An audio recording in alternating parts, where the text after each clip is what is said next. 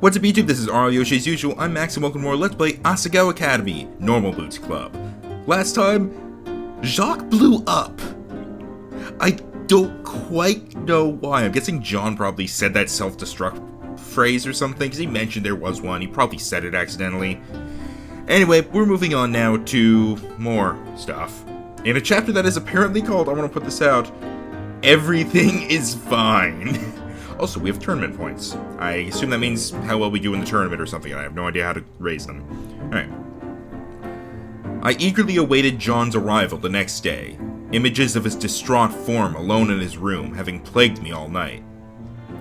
Even though I knew he needed time alone and he was grateful I left him, I still felt like I abandoned him when he needed me most. I had Mai to help me when I was down. At best, I left John with PBG. But if he didn't tell PBG anything, then I just left him to suffer alone. I twiddled my thumbs by my desk, turning every time I heard the door open. No. No. Not him either. But PBG and John were roommates. Shouldn't John be with him? Jeez, Hana, you're gonna get whiplash the way you're whirling around like that. You sure you're alright? Yeah, I'm fine. Everything is fine. It's the name of the chapter, after all. Yet again, Mai knew better, but she didn't press the issue. Apparently after last night, if I didn't want to talk, she wasn't gonna make me. Not while we were in class, at least. When the warning bell played, I finally got up and crossed to PBG's desk. I needed answers. PBG. Hey, PBG? Hey.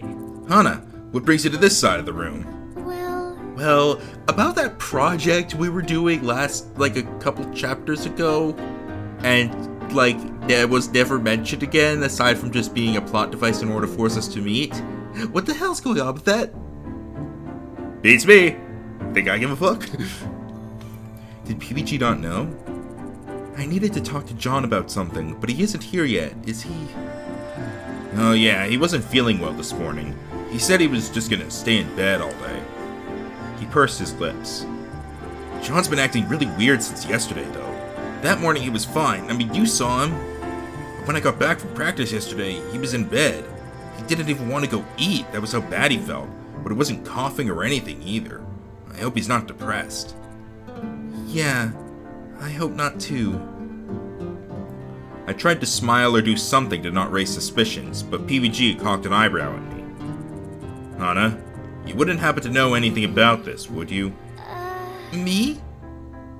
John made me promise not to tell anybody, and I wanted to remain faithful to that promise. But this wasn't like telling Mai. PBG was one of John's best friends, and his roommate. If something was going on with John, PBG was the person most likely to notice, most likely to worry, most likely to be able to do something about it. What if I didn't tell him and something bad happened? But if John ever found out, I knew he wasn't going to like it. Ooh. Okay. Here's the thing. The two of them are roommates. They are presumably best friends. They are, at the very least, good friends. And they are roommates. They hang around each other a lot.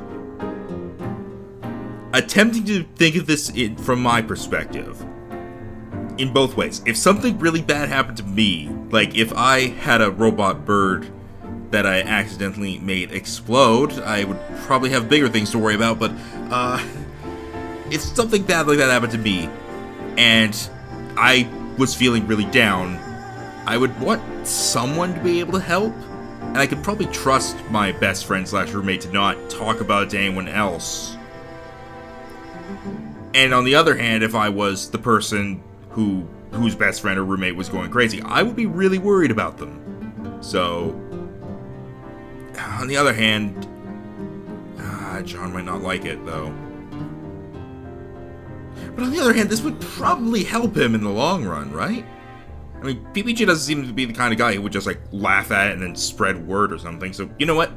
I'm gonna tell you. I'm telling PBG. You can't tell anybody. I wasn't even supposed to find out, I don't think. But I want you to be able to take care of him. PBG nodded gravely and bent towards me.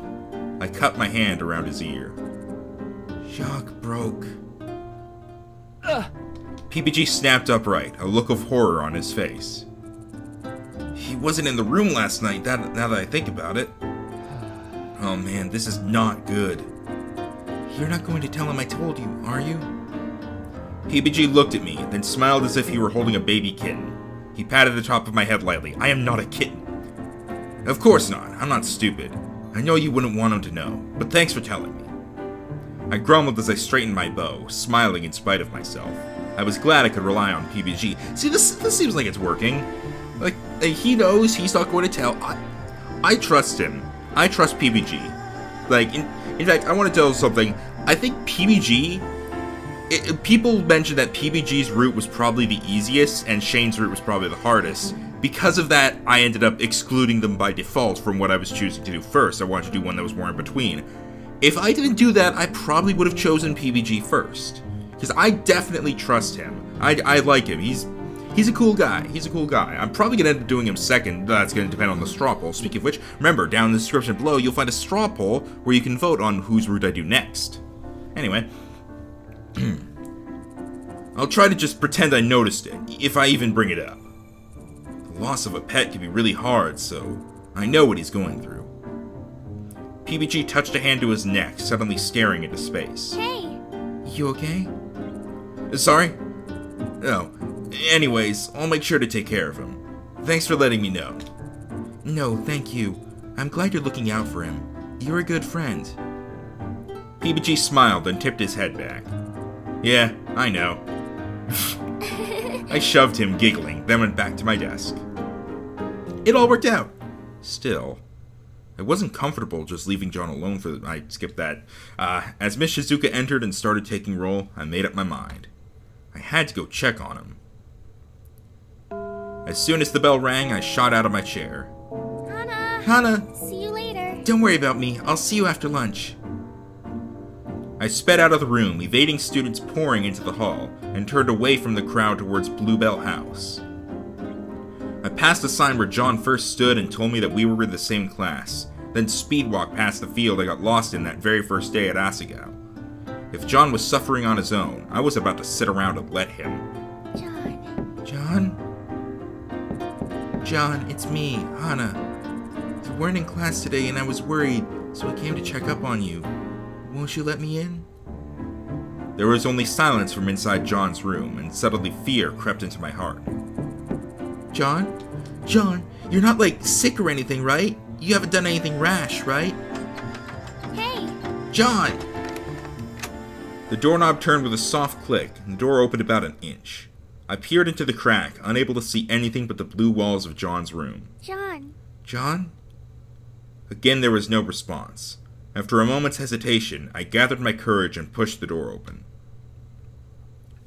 John sat huddled in the center of the room, the blanket I laid over his shoulders the afternoon before drawn tightly over his body. It looked like he hadn't slept or even brushed his teeth since I saw him last. Even his clothes looked to be the same ones he was wearing the day I left him, his jacket smudged with oil from Jacques' gears. I closed the door softly behind me and sat across from him on the sofa, tucking my legs underneath me. John. His eyes were red and puffy. There was no doubt in my mind that he had been endlessly crying. I had been there before. Though not exactly, I knew something of what he was going through. I reached into my backpack and took out a small bottle of water, sliding it over to him. Water sounds like a great idea. These visual novels always make me thirsty. Look at me interrupting the emotional moments with water. For the first time, John responded to me. He grabbed the bottle and tried to twist the top open. His grip was weak, and after two failed attempts, he stared sadly at the bottle. How weak was he? Had he been eating or drinking at all since yesterday? I twisted the top off the bottle, then handed it back to him. Within a few quick gulps, the bottle was empty. My fears were confirmed. He probably wasn't eating or drinking. He thumped the bottle on the table, the hollow echo sounding loud in the silence of the room. Then, for the first time since I came in, he looked at me. I'm going to quit the drama club. What? You're what? He held up a hand as if to stall my questions, glancing away. You don't understand. Jacques was my star, my queen. He was my everything. I can't go on without him. So I might as well quit. Nothing will ever be the same.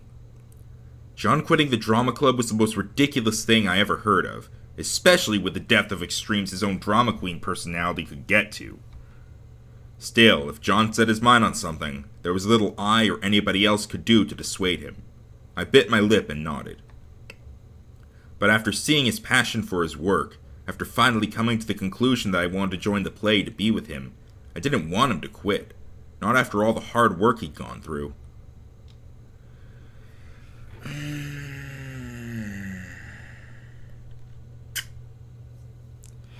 So many choices all in a row.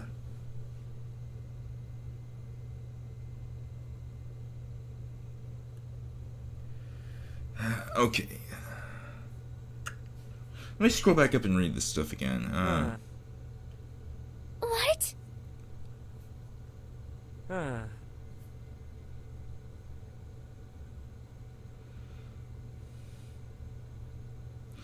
mean, I guess if it looks like I made a... I really don't want to rewind after making a choice. I want to stick with what I get.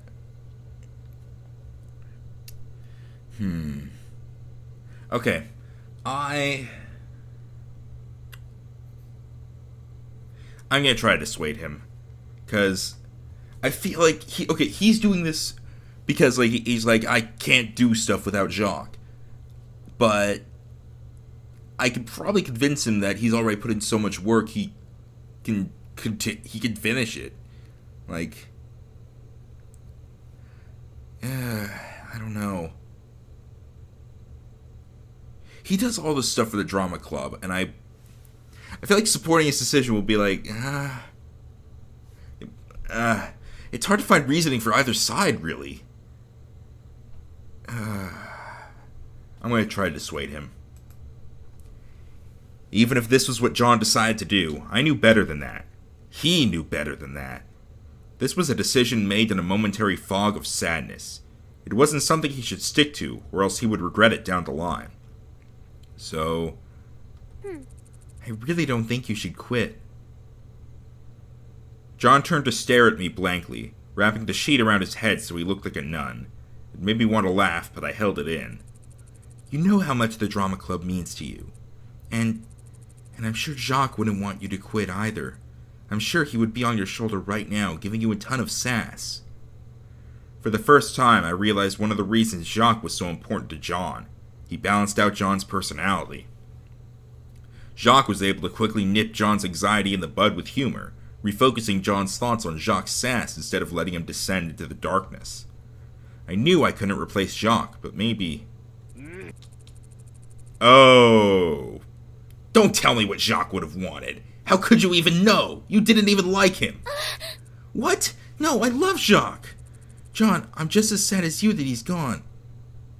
As soon as it was out of my mouth, I wanted to take it back. Yeah, I fucked up. No! That wasn't what I meant to say. Hana? The warning was clear. I nodded and hung my head. I messed up there. That was definitely my fault. But all I wanted to do was make it better. Jon shouldn't leave the drama club. I glanced up at him. He was staring wistfully out the window, the clouds having finally parted and let in some sunlight. As the sky reflected in his eyes, an idea suddenly hit me. Wasn't there another option? Jon heaved a heavy sigh, resuming his dejected state. I wasn't sure how he would take it, but it was worth a try. After all, it was just a suggestion. All he had to do was say no if he didn't want to do it. He wouldn't get upset about a suggestion, would he? Jon, I was thinking, why don't you just go to the pet store and get an actual bird? One that looks exactly like Jacques, and you can tell everyone they're the same bird, and just pretend everything is the same. Jon looked at me in surprise, but didn't say anything. I pushed through. I could even go with you, if you want, and then you could keep going with the play. You wouldn't have to quit the drama club, and nobody will ask bad questions. What do you think? Jon released something that sounded like laughter, but it wasn't. It definitely wasn't. How could you suggest such a thing, Hana? Replace my precious Jacques like he's a piece of meat or an object? Well... Hana. Why? Why would you say that? Why? Oh my god. This one I didn't even do. This is not my fault. Holy crap, Anna. I'm scared to press the space bar.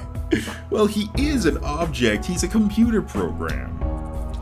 He was, I guess. Oh my god, you are really just making things worse. What the fuck is wrong with you? John slammed his hand on the table and I jumped to my feet, somewhat shaken. Over my dead body, Hana. I never thought you were this kind of person. I'm glad I found out, though. I can't believe I almost made you a tree in my play. Calm down, it was just a suggestion. If you don't like it, you don't have to do anything about it. Get out of here. This is a sacred space. The likes of you aren't welcome. John glared at me like the patriarch of some 1950s family, and I picked up my bag. I was just trying to help. Out!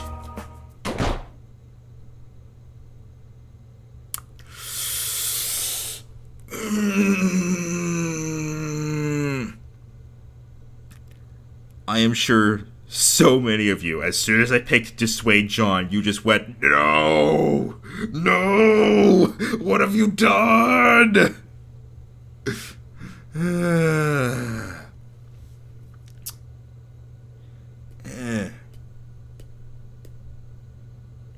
I couldn't think of any reasoning between the two choices, though. It was like, dissuade him because I don't want him to leave his passion, or support him because he seems set on it, but neither of those are particularly strong points. God damn. And I can't even end the episode yet. Keep going, I guess. I'm gonna keep pulling through.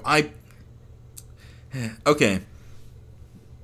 I know I made a bad decision there. I'm assuming I made a bad decision there. It's kind of obvious. I'm not going to scroll back and rewind any of my choices, because that seems kind of cheap. I'm going to keep going with what I have and see what I end up with. I stumbled down into the hallway, the door slamming behind me. As much as I knew he wouldn't like the suggestion, there was no reason for him to react the way he did. I was his friend, not an alien in human skin. He should have given me the benefit of the doubt, should have trusted where I was coming from. No. I shook my head. Grief did more than make people sad. It made them sensitive, stressed, volatile. Looking back at the months after my mother died, I did my best to contain my emotions, but even then I lashed out, especially at the people I loved most. John was going through a hard time, and I might have made things worse for him. No longer hungry, I decided to skip lunch and go straight back to class. I could use the extra time for practice anyways. Oh, okay. The next day, John was back in class. I didn't feel confident enough to go up and talk to him, but it was just as well. Even sitting in class, he evaded my gaze. It was as if I had physically wounded him by suggesting to replace Jacques, the very possibility a poison to his soul. PBG doted on him, making sure he came to lunch and checking over his homework before he turned it in. Occasionally, he and I made eye contact from across the room, and he'd give me a thumbs up. Those were my only indications that John was doing okay. But at least John was around. Even if we weren't talking, that put my mind at ease. The third day after John came back to class, we were all gathered in the cafeteria for lunch. For the first time, John wasn't avoiding my gaze, and everybody was unusually cheery. Then Shade said something he never should have said. God damn it, Shade! God damn it, Shade! God damn it, Shade! God damn it, everybody! I made a wrong choice. Hana made a stupid move. Shade's gonna bring up everything now. Jacques hasn't been around for a while. What's up with that? I can't even remember the voice I gave him. My fork dropped onto my tray. Across the way, PBG spilled half his packet of peanuts. I traded looks with him. Well, I mean, sometimes birds need to migrate for a while. Jacques just went on a little vacation. Migration? You mean what birds do for the winter? It's spring now. Heck, it's almost summer. Jacques' species doesn't even do that kind of thing besides. John scoffed. Well, thank you so much for telling me what I already know about my own bird. I'm saying that Jean wanted to take a bit of a break, okay? Don't go questioning me just because you're such an elitist, British know-it-all. That's not what I was doing. It just didn't make any sense. So you thought I was lying? He stood abruptly. PBG put a hand on his shoulder. Hey, dude, calm down. Let's just finish the rest of the meal, eh? I can't believe this. Jean gathered his tray and stormed out of the room. I watched him go with worry in my heart. He wouldn't want company after that, would he? I turned back to my plate, but PBG cleared his throat. He jerked his head towards the door. Did he think I should go? But every time I tried to help John with his problems, he completely pushed me away. I didn't want to make him angry again. What should I do? Oh my god. You know what? I'm ending the episode on this. Next time we're going to make another choice. Probably fuck it up. But we'll see how it turns out. Next time we're going to make another choice. We're either going to leave John alone or we're going to go after him. I've been Max. And see you next time with more Asagao Academy God Damn It Everybody Club. Whoosh. Boom.